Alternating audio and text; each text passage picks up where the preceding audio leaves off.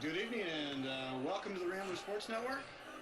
We are live for another RSN broadcast here for a big game between the Boyne City Ramblers and the Kalkaska Blazers. Once again, I am joined by Aaron Fritchie, and this is going to be a good one here tonight. What do you think, Fritch? Can't wait. This is going to be an awesome evening for sports in northern Michigan and Boyne City, right? Totally excited for this. As you know, you might have seen some of the hype leading up to the game. We do have, I don't know, a couple people, I guess. I mean, you've heard of them, right? They're kind of popular around here, I guess. We have two Olympians on here tonight, so this is going to be a heck of a broadcast. Kaila, Kuhn, and Cary Adgate are going to join us here tonight. And I'm pretty nervous, Rich. I don't know about you. I'm a little starstruck right now. Yeah, it's pretty exciting. We get to ask some of these questions. You know, we've been watching the Olympics for a couple weeks now, and with all the excitement around Boyne City with Kayla's experience there and Cary's experience at the Olympics a few years ago. We have a lot of questions and a lot of great stuff to talk about. It's going to be a lot of fun. Yeah, and just in case you didn't know, we are not standing in the wheelhouse. We are home comfortably in our office, on our couch. I don't know where you are, Fritch. That looks like some kind of fake log cabin you have there. It's a great painting that you did. Yeah, but we're doing this all remotely, and with that comes a lot of fun, exciting difficulties and all that stuff. So bear with us, and we'll have fun relaxing from our couches and watching the game here tonight. Well, we can tell the audience that it doesn't look like we have any video going yet, but the JV game ended maybe 10 minutes ago. We probably have 5 minutes yet before the tip-off of Kalkaska at Boyne City, so you're not missing any game action yet, but that should be coming shortly, hopefully. Yeah, should be exciting. Again, this matchup here tonight is going to be a good one. Boyne City coming off a tough loss against Harbor Springs, and Fritz, you and I talked a little bit about that before we got on. And this is looking like a big bounce back game here for Boyne City. They got to play together as a team and stay focused on the game at hand. Yeah, it's part of the excitement of high school basketball. I was thinking about this the other day. Watched some college basketball.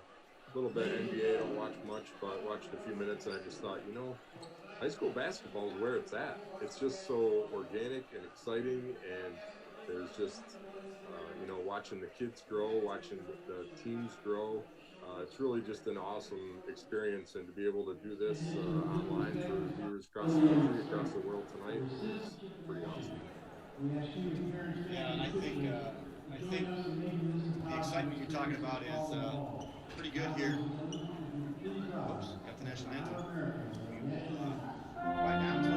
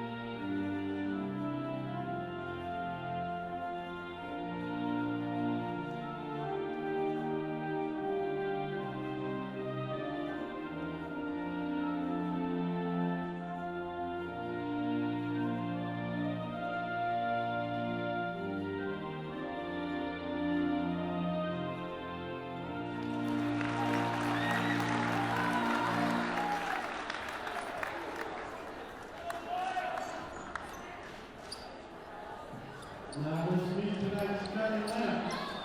First, the visitors from Kalkaska. Number 3, Cooper Skirkowski. all right. As I was saying, the Lake Michigan Conference is pretty exciting here this year, as it is every year. Number 20, Landon Hart. You never know which team is going to get hot Number 55, Jacob Shaw. Anything can happen on any given night. Kalkaska Greenwich is As coached happened by on Mr. Tuesday Matt against Harbor Springs. And now, Good the city starting lost that one, lineup so for the Boyne City things Ramblers. will Number 2, Jack Deere. really Number 3, Jacob Johnson. Yeah, it's going to be fun, you know. We talked about Number this 4, Mason Wilcox. back in for Boyne City, Number 5, Aaron Best. never know what you're going to get. Number 10 and number 11, Alex Kalkaska. The Ramblers are coached by Mr. Randy Kalkaska. So, interesting difficulty, tech difficulty here. We can't see the game, so we have it up on our phones. It looks like the audience does have that live, so we should be good to go, although we can see the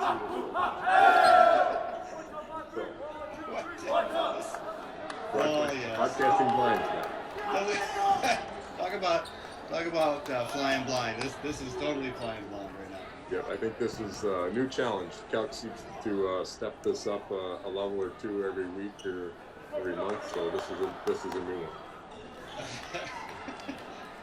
I'm still trying to get it up on my phone, so you're gonna have to keep. All it right, going. well, looks like we're getting close to tip here.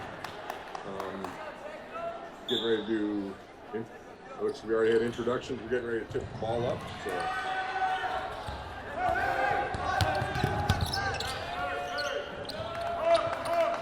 Boyne City in the whites, Kalkaska in the blues.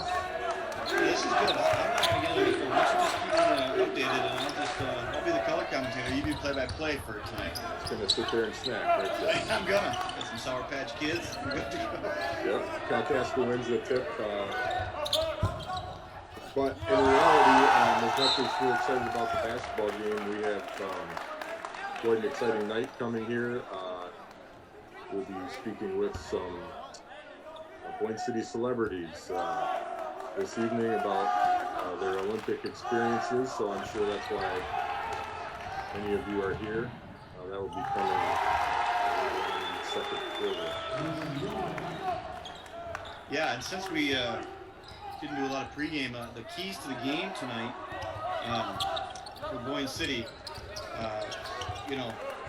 obviously staying focused on what they're doing, but box out, make sure they win the rebounding game, and play physical. I mean, just play physical and make sure that they are taking care of business in that sense. And then don't get caught up in all the extracurricular stuff that happened last time they played Kalkaska, if you remember that game. And then make sure they execute. And so just making sure they stay focused is a key here tonight for the Ramblers. Well, Boyne did get a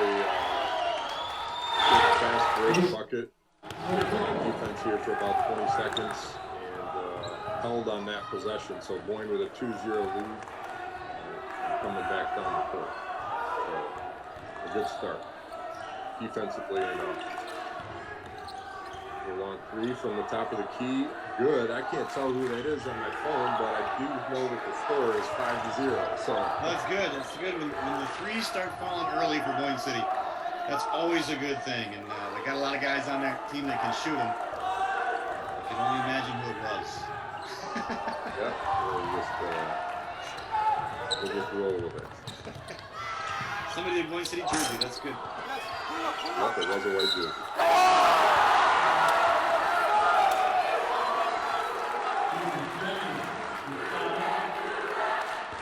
Yeah, so it's a little difficult with our college game that we can't see. Yeah, it is. This is a new twist for us. We've done a lot of different things, and this one zooming from home, and we've never tried one where you actually can't see the game. So, well, last week we didn't understand, or last month before that broadcast, we didn't recognize that we would not have game sound. For the broadcast, which was kind of interesting, but looks like we're rolling here now. Yeah, looks like I can see it. Got a nice view of my hat there for who knows how long. So. Yeah. Yes. Well, yeah, this is a good start here for us. Yeah, this is exactly what we were hoping for, right? For Boyne to come out, show that they were mentally prepared, focused, and like you said, McHugh's ready to execute. So that's a great start. Turnover and a fast break here. Leaking right out. Good job by Aaron Best getting down the floor. And it's going to be a good night. Rambler Rowdies have got the new Rambler Rowdy shirts. You can see them all wearing those. Team Warm coming out. You got Debbie Chu already giving us the Good Luck Ramblers tweet in here. So it's going to be a good night here in Boyne City. Yes, she's on it, isn't she? She's learning to get in there quick. She's a good luck charm for Boyne City. I feel like we can't really get started until we get that tweet. Good defense again by Boyne City, looking to get up the floor. Yeah, Boyne rolling a shutout here the first 3 minutes. That's a great start.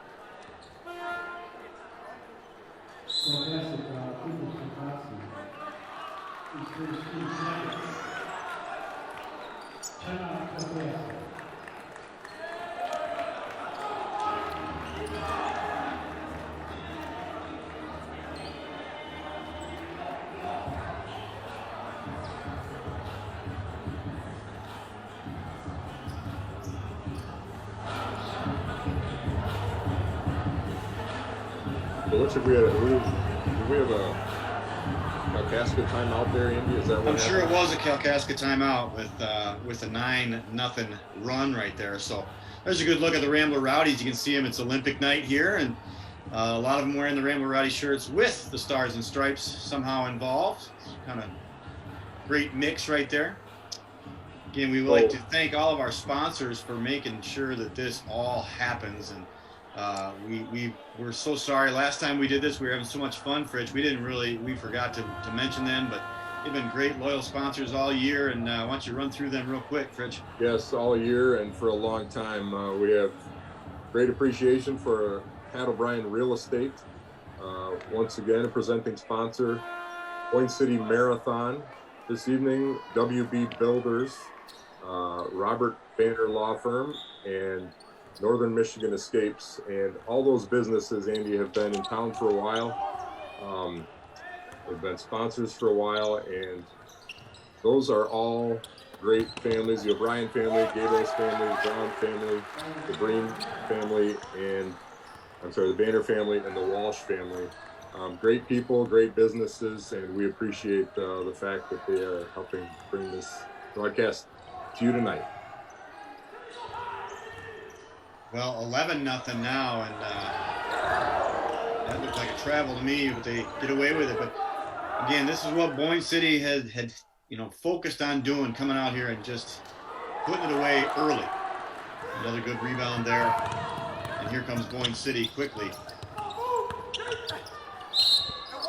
There's that classic left-handed drive by Kalkaska, and he is so quick with either hand, but he really likes to go down the lane on that left side, and he's so quick. His first step is so quick, and that time he picked up the bucket and the foul. So, Andy, that Rambler Rowdy crowd that we saw there looked larger than during the last broadcast. You had a snow day up there yesterday, a nice day, and a half day today, so the Rowdy crowd should have plenty of energy, you think, this evening, or what? Yeah, they're all well rested. I'm sure most of them spent the afternoon on the ski slope, but they look like they're in yes, peak form here tonight. Like I said, all red, white, and blue. This is going to be just a fun setting here tonight.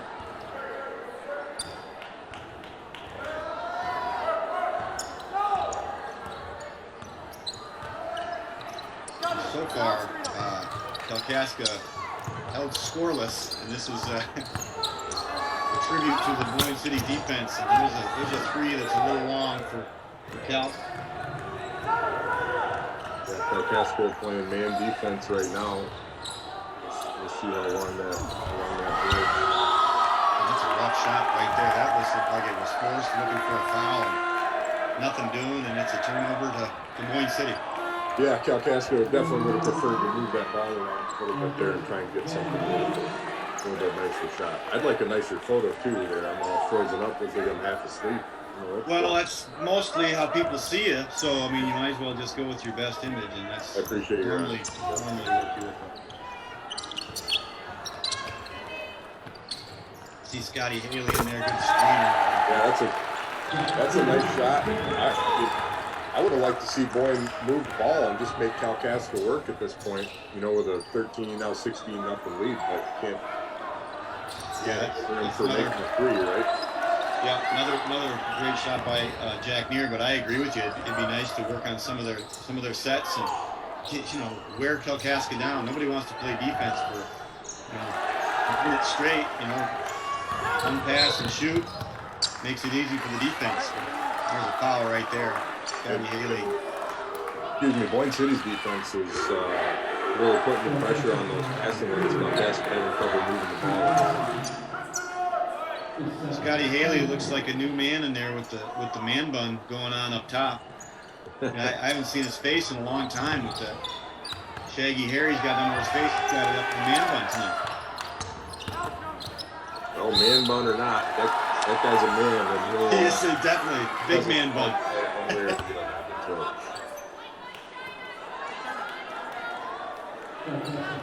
Another foul, and Boyne City's going to go to the line. This is going to be an interesting night here to see how Kalkaska can even try to slow Boyne City down.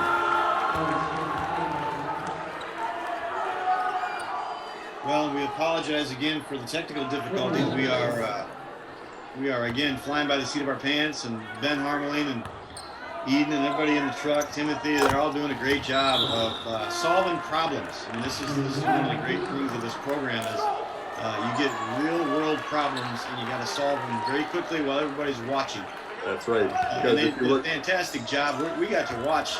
We didn't watch the game. We got to watch the truck and watch them scramble around and try to figure this out. And that was pretty entertaining. Well, it was interesting. And they figured it out. In the bottom corner of your screen there, you'll see Randy Calcaterra, who's also the mastermind of the technical stream there in the truck. So how he got that solved while the game was starting, I have no idea. He obviously gave up before he fixed my mugshot over there, though. Yeah, it looks good. It looks good. It couldn't have froze in any better place. But yeah, the truck, we just got to say good job in there figuring that all. I know that was hectic. But. Yeah, and they had the crew back there working. We have Ben Harmeling running the show this evening. We are missing, to our detriment, Roger Coates this evening, who is in Grand Rapids with his family, with Jacob and Kuhn. As you know what's going on. We miss having him here to help with this stuff and to goof around with. So, I had breakfast with Roger yesterday, and we've had some ups and downs, I believe, but Roger's feeling is that the trajectory is generally upward, and they feel happy about that right now, although they have a lot of work yet to do. But I do know that they feel the love from Boyne City. There's been a lot of support for them, and they wanted me to pass along the gratefulness for that. So, Rod, Kuhn, Jacob, are with you guys. Thanks for that. Yeah, there's a great Scotty Haley putback, but same thing, Raj. We miss you up here, and are just hoping everything goes as smooth as it possibly can for you and the family and Jacob, and looking forward to next Saturday at 7 o'clock to join with Jacob. Evening we have planned here in the Wheelhouse. It is going to be one of the bigger events that's ever happened here in the Wheelhouse. And that's no joke. It's going to be drama and band and basketball teams. And, Mallory O'Brien's going to sing. It is just going to be a major event. And that stuff only happens in small towns that care for good people, and the Coates family, great people, and this is going to be just a great event, and I'm looking forward to it. It's going to be covered by RSN. Heck, most of the town is going to be in the Wheelhouse, so it is going to be a phenomenal night, and make sure that you show up or tune in online, because it's going to be special. And it's a $10 adult, $5 kid, and then the shirts, they're selling shirts for $20. So There's going to be donations going around. It's going to be just a great thing. And until we get through this, Coach family, we're all pulling for you and thinking of you. And wish you were here. Yes, we do. Well, I'm being told that, Richie, this is a good look for you. Yeah, you like that? Yeah, and as you're seeing, we're getting communications here a lot from on the broadcast and on our cell phones, and I think it's on your end, Fritz. They're claiming the truck is hands off. I think it's you. I think it's your problem. All right. Well, I may log out here and try and come back on and see what happens. So. Well, we're coming up on the end of the first quarter here, and we are going to bring in Kaila Kuhn here very quickly, and so this will be great if you're frozen. There's the end by Jack Neer, and that one normally he knocks those down, those last second shots. He's been told not to sign out. Too close. All right. You're just going to have to freeze like that. Huh. Well, that means I can sit here and snap anyway. That's right. It's going to come back on. You're going to have Doritos all over your face thinking that you're not on anymore. It's always something to keep us entertained. That's a good one. Yeah, that is. Well, at the end of your first quarter, 22-6. I mean, Boyne City rolling. And again, they're doing everything that they should be doing. So good start to the game. Which leaves us in control of trying to not worry too much about the basketball game and talk to our Olympians. I'm more excited about that here tonight than I am this basketball game, if I had to be honest. Yeah, this is gonna be a lot of fun. I'm excited to hear both for us and for Boyne City. Some of the stories these guys have to tell us and experiences they've earned. This is going to be pretty exciting. Pat, Booster there is going to paint some eyes on my eyelid. That's a good idea, Pat. Run over some eyeshadow or whatever you would do that with. Yeah. That sounds like something Klooster would do. There's a steal by Kalkaska and could not convert. Rebound by Rakovic. Good little energy, though, coming out in that second quarter. Got a steal, but just could not make the layup. And this like you said, Fritz, they ought to just work this ball around. You got some guys in there. You got Fila in there. You got Rack in there. You got some fresh blood in there. Work that ball around.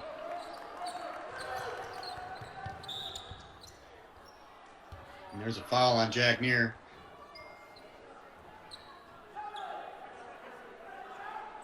Yeah, that's a big first quarter for Boyne City, on both ends of the floor, really. They did a nice job with their pressure defense, getting Kalkaska sort of out of their offense and uncomfortable a little bit. It was a nice play out of bounds.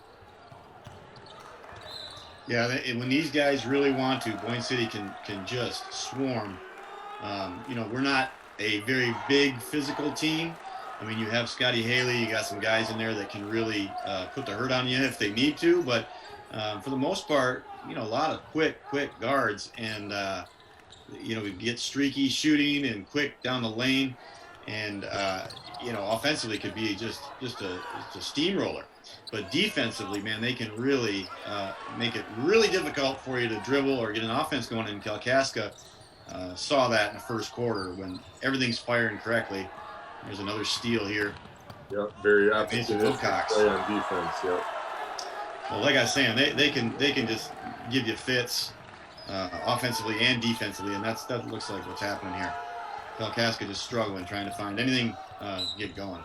Yeah, and I mentioned this a few minutes ago, but I'd like to see Boyne City run their offense, move that ball around, make Kalkaska work on defense. We know we can. It looks like. The Ramblers are going to get a shot when they need one, so it'll be a nice opportunity to slow things down and work on a few things. I'd imagine. Yeah, and that's a good idea for this game. I mean, like you said, every one of these guys can go get their own shot, but they're going to need to, down the stretch here and in districts and stuff, they're going to need to have some offense and some moving that ball around. So this would be a good game to work on that. I think I saw Chaz Stonick going to the scorer's table, which would be good. Yep, Chaz Stonick checking in.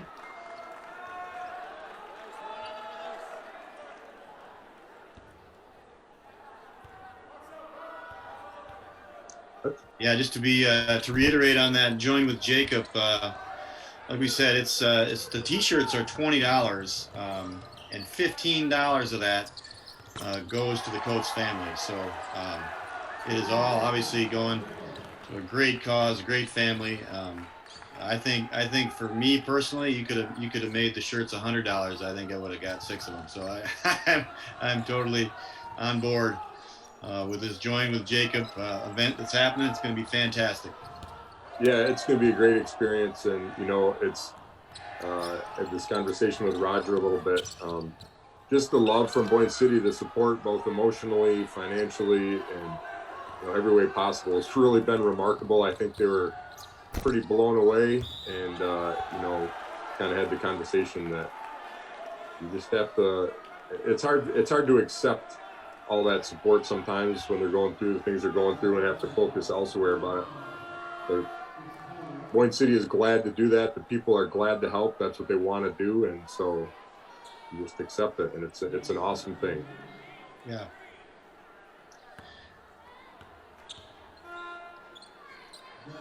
Well, Rakovic going to the line here. And we have a graphic. Does this mean that Kaila Kuhn is coming in here?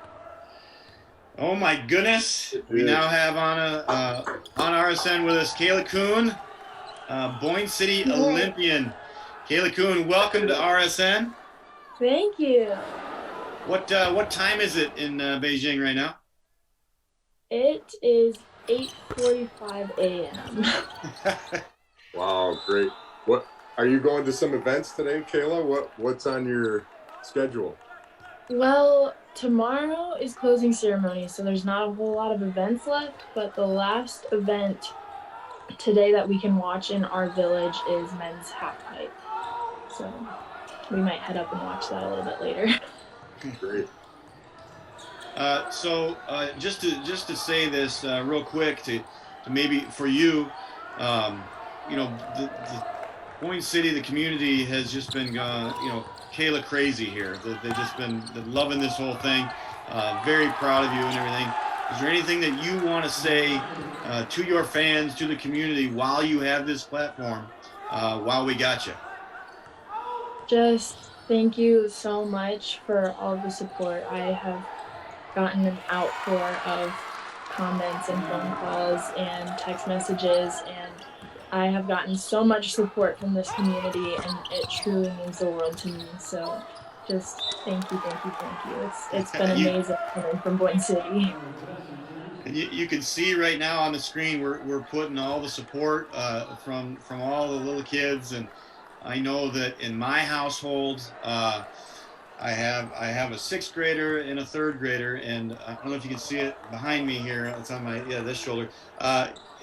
My 3rd grader colored an American flag while we were watching you, and that's just he's never met you, right? Never met you, doesn't even know. But what does that feel like to have a whole town?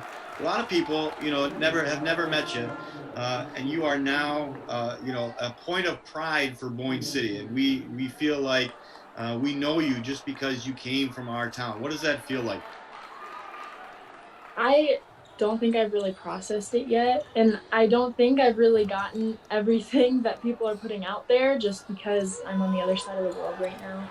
But just from what I have received, I have the best support system, and everybody that knows me and everyone that doesn't have been absolutely amazing, and I don't really know how else to describe it because it still doesn't really feel real. It hasn't sunk in yet, but it's really special to have so much support from such a small community. It feels like I know everybody.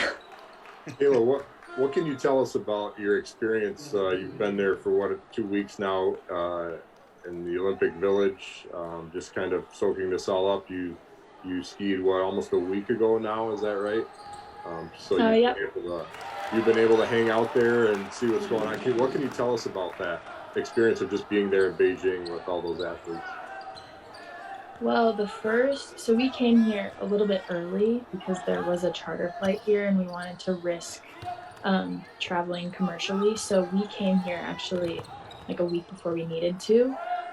So we kind of got a chance to explore the village and meet some other athletes before we even competed, but it is all kind of a blur because we were so stressed about competing. So now being here for about a week after we competed and getting to soak it all in without the additional stress of competing has been really cool. And I am fangirling over all of these really cool athletes here, and it still doesn't really feel real that I'm one of them. So it's been pretty special. Kaila, do you have, are you with athletes other than just Americans? So the way that the village is set up is there's like different houses with apartments in them for each country. So we're all divided by country, but every country that is competing at venues connected to this village are staying in this village also. So several other teams are here also. Kaila, I had the honor of being able to go to an Olympics when it was in Salt Lake. I had a friend that was on the bobsled team, and went to watch him. And very proud of him. He won a bronze medal. It was so cool. But the only thing I could remember and talk about when I came back was that Olympic feel. Like everybody goes in, you're trying to win, you're trying to beat so-and-so and beat this, right? But the feel of everybody is just so happy to be there. Everybody's cheering for each other. Everybody's just hugging and celebrating all the time.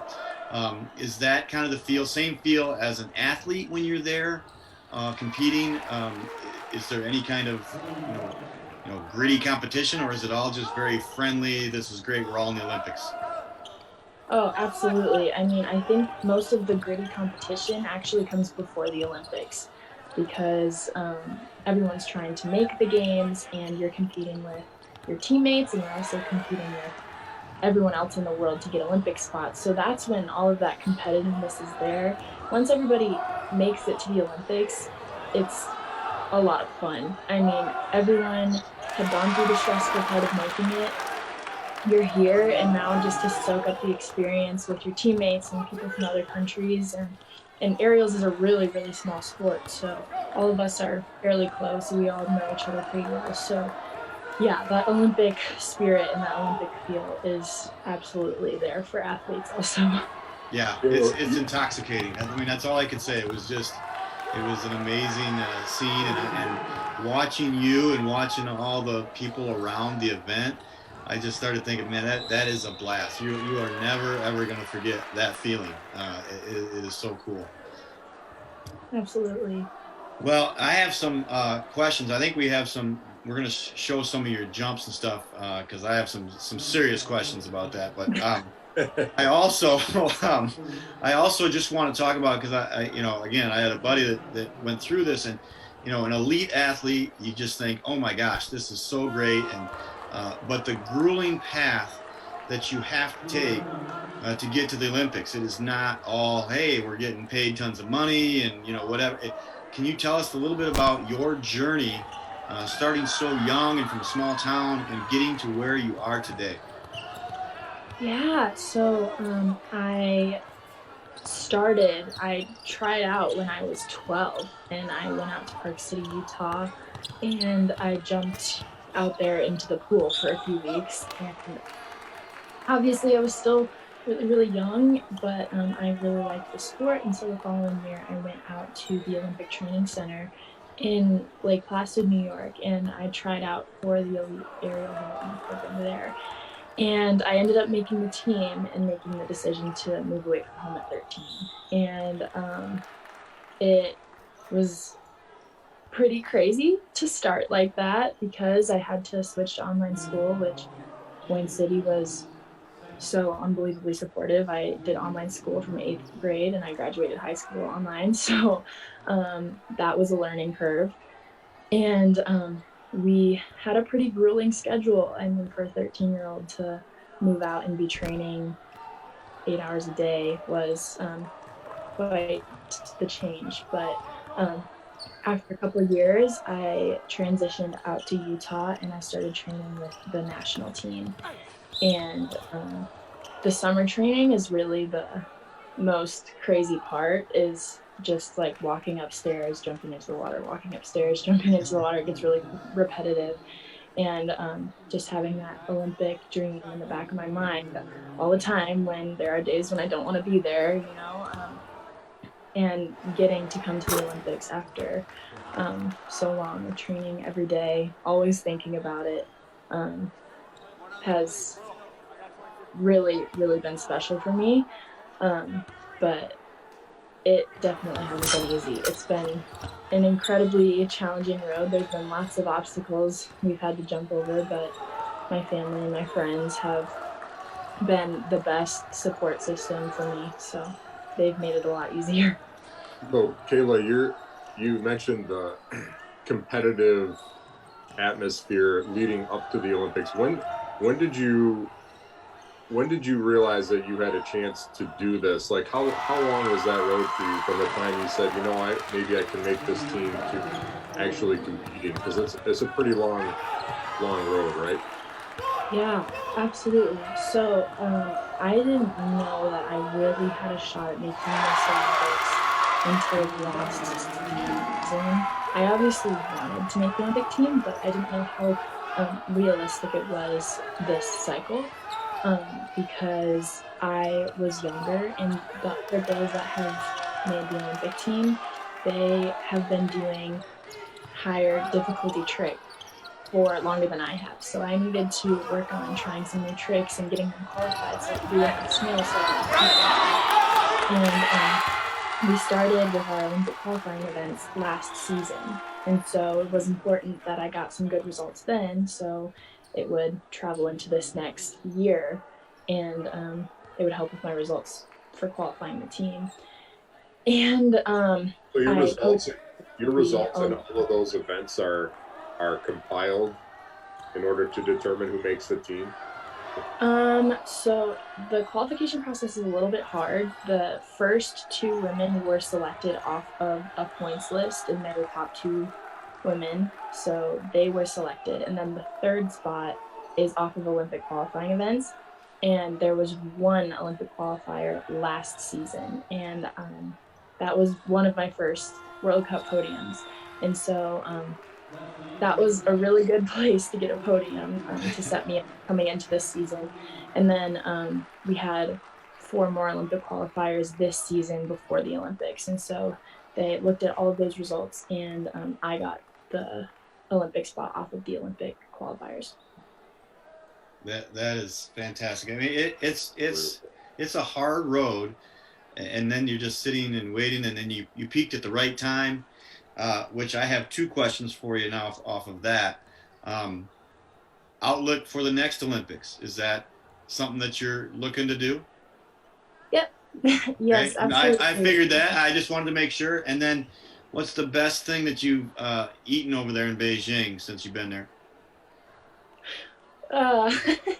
Well, so the funny part about the Olympic Village is it's like a rule that they need to have cuisine from every country. They didn't necessarily follow that here. It's been mostly Chinese food, and we've adapted how we could. We have been eating lots of rice and dumplings, and they have Pizza Hut and KFC here, which I have yet to try, but I've gotten mixed reviews on it. So you can see we're showing some of your jumps now. Can you see that? Mm-hmm. Yep. Kaila, you hinted at this, but so when you're learning these new jumps or doing these for the first time, you're jumping into a pool. Is that correct? Yes. Until you get to a point where you're pretty confident you're going to land on your feet. Is that how it works, or what can you tell us about that? Yeah. So, obviously when you're first starting, you're on a smaller jump, and then you add a twist, and then you move up to another jump and you add a flip, and then you just kind of get more and more comfortable. And even before you try it on water, we can do it on the trampoline. We have a bungee system. So you have like a belt on your waist and you're attached to bungees that are hooked onto the ceiling, and you can pretty much simulate the exact same thing you're doing on water or snow on the trampoline, which is where it's the safest. And then once you figure that out, then you can bring it to water. And all the water training is just for perfecting your tricks. So you just do hundreds and hundreds of jumps until they're good. How about watch yourself jump and just say, that is insane, I can't believe I'm doing that? Not so much now, because I've been doing it for so long. It's very normal to see a video of myself, but if I had seen a video of myself doing that a few years ago, I would have been like, what is she doing? This is crazy. I'm not sure how realistic it was. Until a friend encouraged her to try freestyle, Kaila thought her path to the Olympics might. All right, I have some questions about these jumps that we're watching right here. My first question is, how many times have you come down? Because this is what I envision. How many times did you come down with your face into your knees and you like misrotate or whatever, and you know, bust a nose or a tooth or something like that? I mean, that just seems like it would be inevitable. Yeah. So I haven't done that too much, but last year when we were in Finland, I landed and I kneed myself in the eye, and I gave myself a black eye. A week later, I did it to the other eye. So, matching. Yeah. Well, you got a matching set. That's good, right? Yeah, exactly. And I had like slid down on my face, so I had two black eyes and like a bloody lip.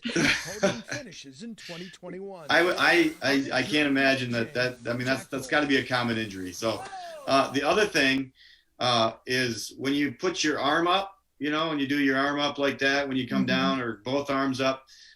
You know, my kids were asking me that. Why are they putting their arms up like that? I think I know the answer, but just to let you know, most of us would ski down like that and put our arm up like that. That would cause us to fall just doing that. But go ahead and tell us why that you need to do that with your arms before you hit the jump. So that is called tilt. So everything we're doing with our arms, influences how our body moves in the air.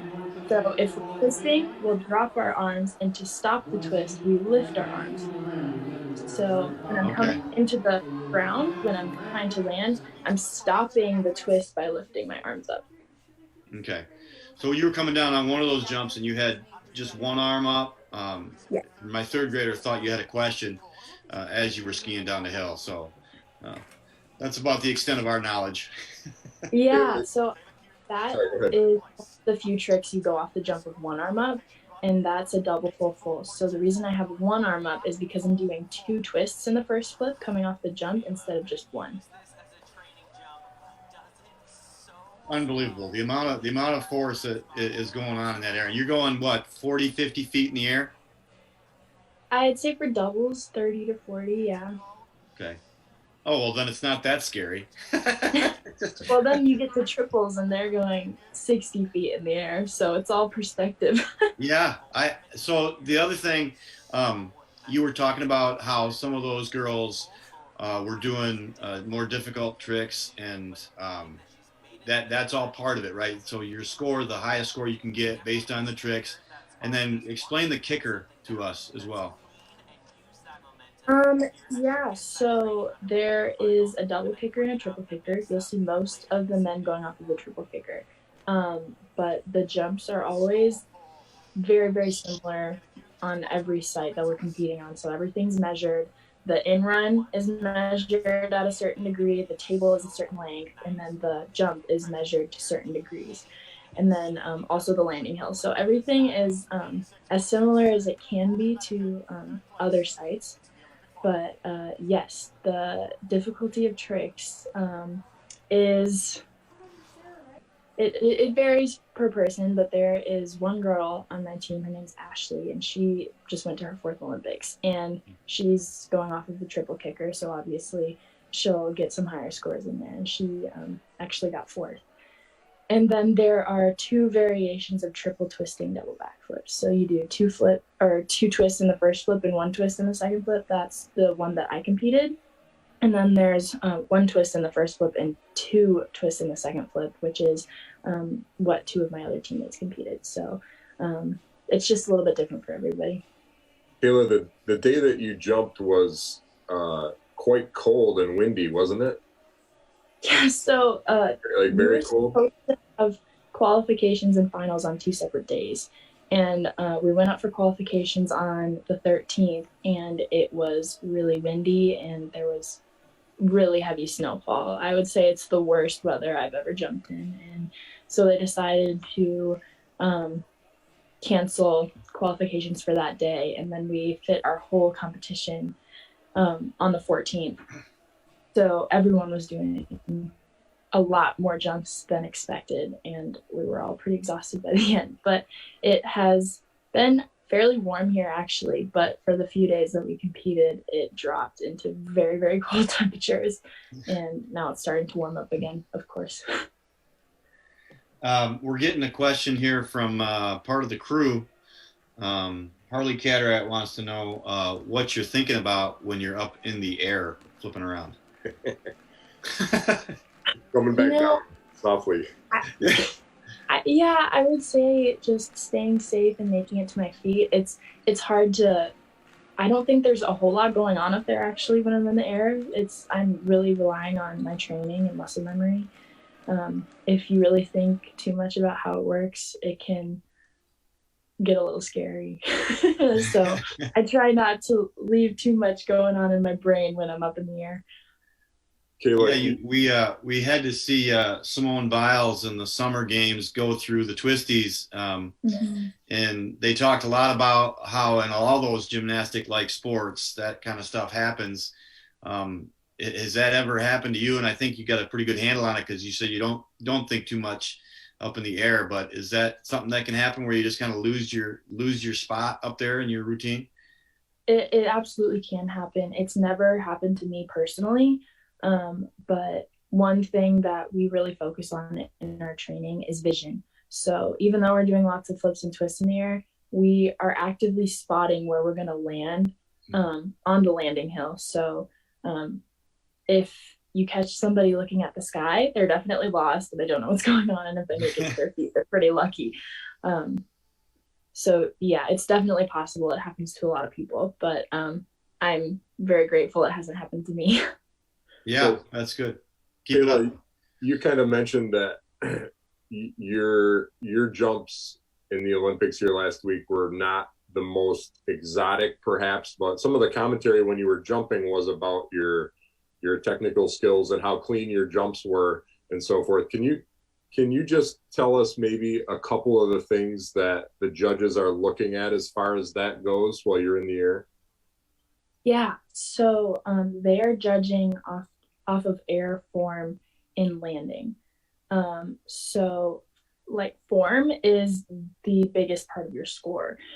And so what you want to see is really straight body and your feet together and a stuck landing. You don't want your tips to come up. You don't want to fall forward. Like you want to keep your upper body tall and not compress too much with your lower body when you're landing. So yeah, I wasn't competing the hardest tricks, but I really worked on making them as clean as I could so I could get the highest scores that I could. And the jump that you're watching right now is a new one for me. That was the first time I competed it, actually. Was it really? And I hadn't landed very many straight ones before that. So I was just super excited to put that one to my feet. And pretty soon you'll be working on new tricks for 4 years from now? Yeah, so at the next Olympics, you should expect to see me doing triples, so I'll be on a whole different jump. Fantastic.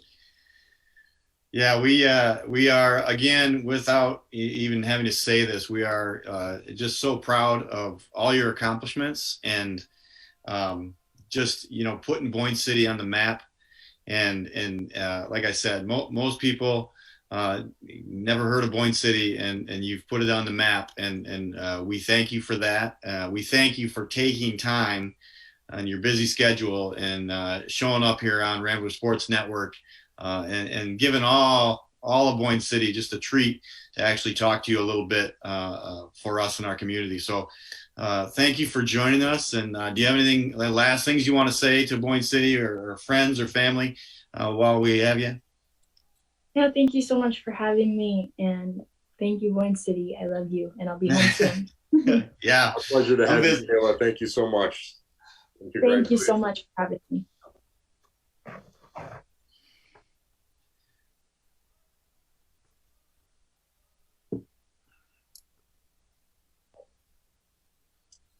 Wow, fantastic experience for Kaila Kuhn and for Boyne City. And right off of that, I mean, it's not that bad. We get one Olympian, but we're just going to drop two right in your lap here tonight. And we are joined now by Cary Adgate, and some of you, the younger generation. He's the guy, the big poster guy on the athletic hallway that you see up there. That you never really knew who he was, but he is an Olympian from Boyne City. And Cary, welcome to the Rambler Sports Network. Thank you. Very cool. Man, I just learned more about aerial skiing than from any of the broadcasts I've ever watched, and I was just commenting that I think Kaila, when she ever retires, has got a career in broadcasting, because she speaks really well, and that was phenomenal. I was thinking the same thing, Cary, when I heard her start to speak. Just a very good, smooth, explained it very well, handled every question. So very mature, and probably because she was doing her own thing at age 13, having to fight her way through and chase that Olympic dream. So we're looking at some of your stuff now here, Cary, and I know you're a pretty humble guy. You were quite the stud. You were quite the stud in your day. Cary, I started making a list of some of your accomplishments, and it got ridiculously long. But I think the audience needs to know, that you participated in the Olympics in both 1976 and 1980, correct? And you were a 6-time national champ. That's quite a resume. What went through your mind listening to Kaila talk about her Olympic experience? Well, I mean, it's really cool because, I don't have direct connections with, the people that are on the alpine ski team right now. And I just know from my two experiences that they were quite different. The first one was in Austria, the second one, in Lake Placid and in our own country. And, there were issues at the time, maybe not something as crazy as, this past couple of years with COVID, but, I've skied all around the world, but never in China. And I just got to believe that had its own challenges. And so I was kind of interested to hear about, the housing and the food and that kind of stuff. And I will say that, the food particularly, you don't go to the Olympics for the cuisine, I would say. There goes your Olympic dream, Fritchie. Yeah, well, I guess I'll drop that. Yep. Yeah. Well, Kalkaska just missed a dunk there. The thing that most people forget is that you got to go to 2 Olympic Games, and it's hard enough to go to just one, but let alone to go to 2 Olympic Games. And you saw right there, and that was some of the pro-am stuff that you were doing there in that video. it made me so proud when I hear, Cary Adgate from Boyne City, Michigan. They keep saying Boyne City. What does it mean to be basically, the biggest star out of Boyne City, Michigan? Well, I don't know about that, but it was something that I would say I never really thought could happen until I'm going to say stuff that's going to sound like Caleb, because I think it's probably the same experience for everyone. You don't assume anything until you get there or get close to being there. I think it's a goal that's off in the distance, but you take it one step at a time, and when it happens, it's surprising.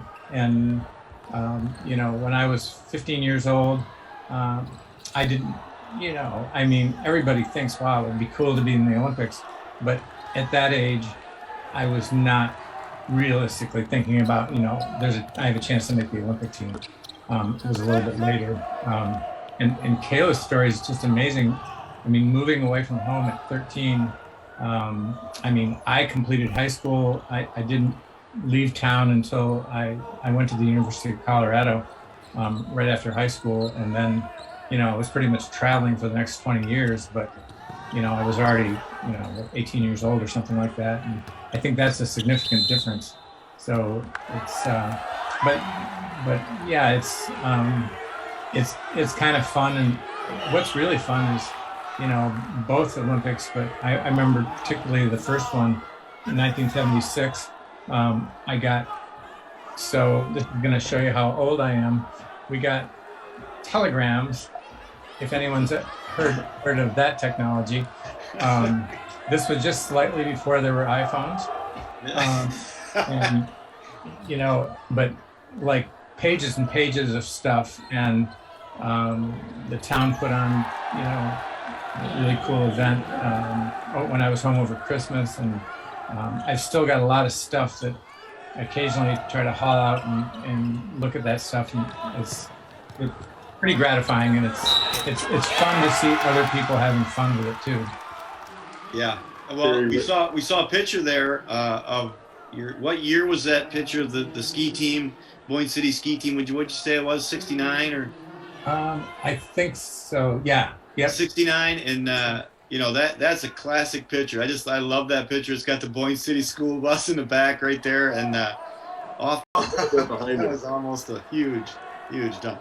But being able to pull out, remember the old Nick Redmond teams being able to pull out and run that stall for about 3-4 minutes, and I just love that. That just shows discipline. It shows fundamental skills. Boyne City hasn't been doing that lately. I mean, they got a bunch of guys that can just attack, and being able to pull that out and stall a little bit, it's a skill that you need to have. And I don't know how many times those Redmond teams did that in some of those deep runs in the postseason. That's a critical element you need to have on a team. And it requires, it looks so simple, but it requires a lot of practice to get those handoffs right, those, bounce pass or short passes. It's risky, and Boyne spent time practicing those and was able to really use them to their advantage over the years. And you see right now, it would be a great tool to have, right? Yeah, work on it a little bit right now. There's another foul right there. Jack Neer's going to go to the line. And just a reminder about Join with Jacob again next Saturday, 7 p.m. Tons of excitement in the wheelhouse. Drama, band, basketball, former students, former staff. Everybody's going to be there. Can't wait to hear Mallory O'Brien sing. And we do know now that Kaila Kuhn is going to donate some items for the silent auction that will be held. During the event, there's going to be a silent auction, and Kaila Kuhn's going to donate some of her items for the silent auction. That just another feather in her cap, man. Huh? That was awesome. Yeah, that's going to be a great night in support of group of folks. A lot of fun. Yeah, I was thinking about Jacob Coates a lot, and how much he made me laugh in class. Just a very laid back, cool kind of humor, just very in control all the time. And sounds like that's kind of what they're looking at right now is keeping that personality and that sense of humor. And it's tough going through what he's going through. It's tough, but he is just warm spirit. It just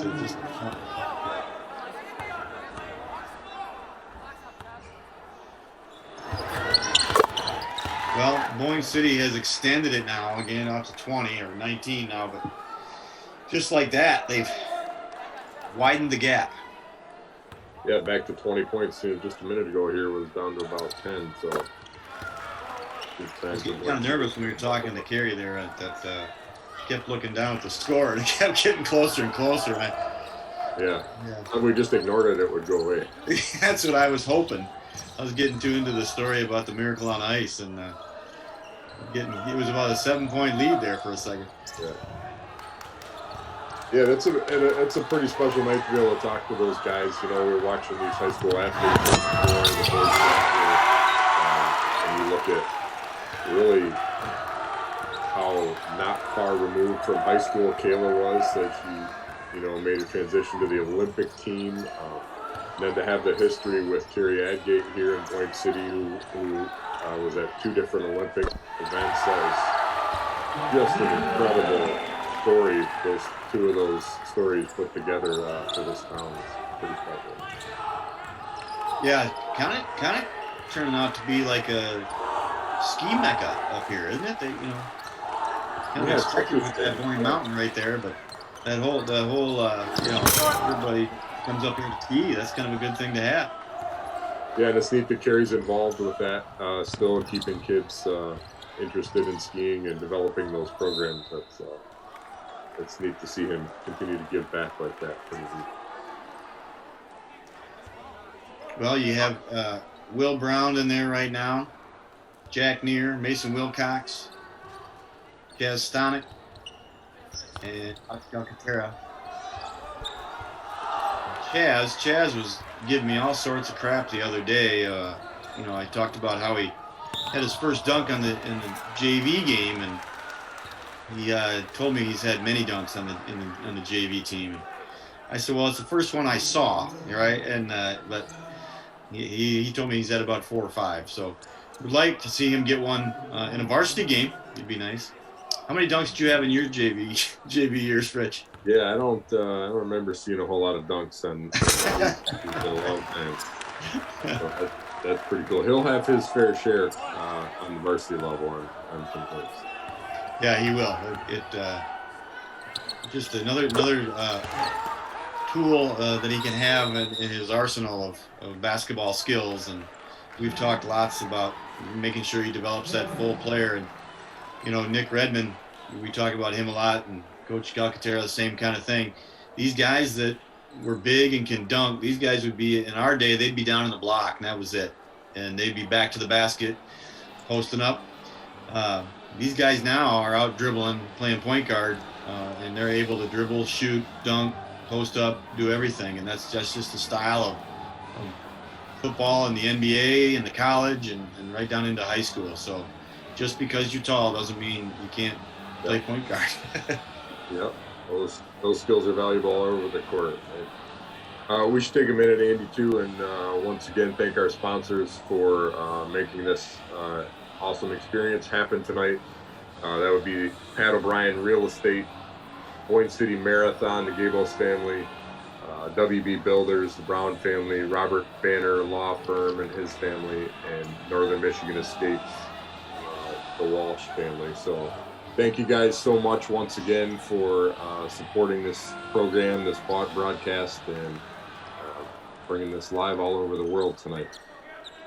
Yeah, and you got to give the props up to the sponsors, just to understand that this stuff costs money to do this, and they make it all possible so we can do these fun broadcasts and highlight these kids. And every one of these businesses and business owners understands that and understands kids. They've all had kids go through Boyne City, and they know this is a good thing for kids, and we just appreciate that they see that and are willing to sponsor us and keep this stream alive. So we appreciate it. We all know the kids that come out of out there and take part in their businesses, go in there, spend some money. It's worth it. Yep, they're all quality businesses, to be sure. Take a look at our next broadcast. Will be next Tuesday against Charlevoix. That'll be an interesting one. Again, I'll say it, the Lake Michigan Conference Charlevoix was right up there behind Traverse City there for a while, and now it's all up in the air. They're kind of on a losing streak right now, and but I'm sure they will bring their A game over to Boyne City as they always do. Well, it'll be interesting to talk to Coach Calcaterra after this game and get his take on it. I know he wanted this to be a cleanly, crisply played game, and it wasn't perhaps quite so much in the middle of the game in the third quarter there, but just kind of cleaned it up here, pull away in the last couple of minutes.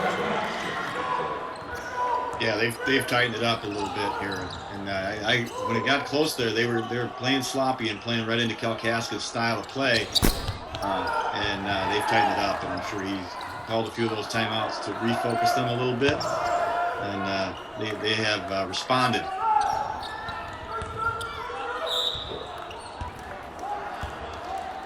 Speaking of cleaning things up, I think Grant is downstairs watching the broadcast on the big TV, so I haven't heard him really tonight, so I'm wondering if I might have some message to clean up down there too. Same here in our house. They're down there watching the game, and when I go down there, if I haven't been down there in a while, I go down there. It kind of looks like when you and I were in college in your dorm room. Just if you don't have any parents around. And you're able to just do and eat and watch whatever you want. It kind of looks like a dorm room down there. So yeah, that's a good analogy. I like that. They're just practicing for the future, aren't they? Oh boy. Yep. Speaking of the future, if anybody wants to come out and help out tomorrow morning, we'll be doing the first, second, and third grade youth basketball in the middle school, 9 o'clock to 11:30. Got 67 kids signed up, which is good for the program, both boys and girls. You remember doing that, Fritchie, when you were here? I sure do. Spent a lot of time in that gym with those little kids, and hey, it's a lot of work, but there's not much that's more fun. What a riot! Yeah, I sit there and I just go, oh my gosh, 67 kids running around in that gym. But I love it. I love it. And it won't be long at all before they're on this court right here. Looking like Scotty Haley and grown men out there, so you gotta just enjoy that experience tomorrow morning. That's gonna be pretty cool. Yeah, it will be fun. Another power right there. Mason Wilcox gonna go to the line.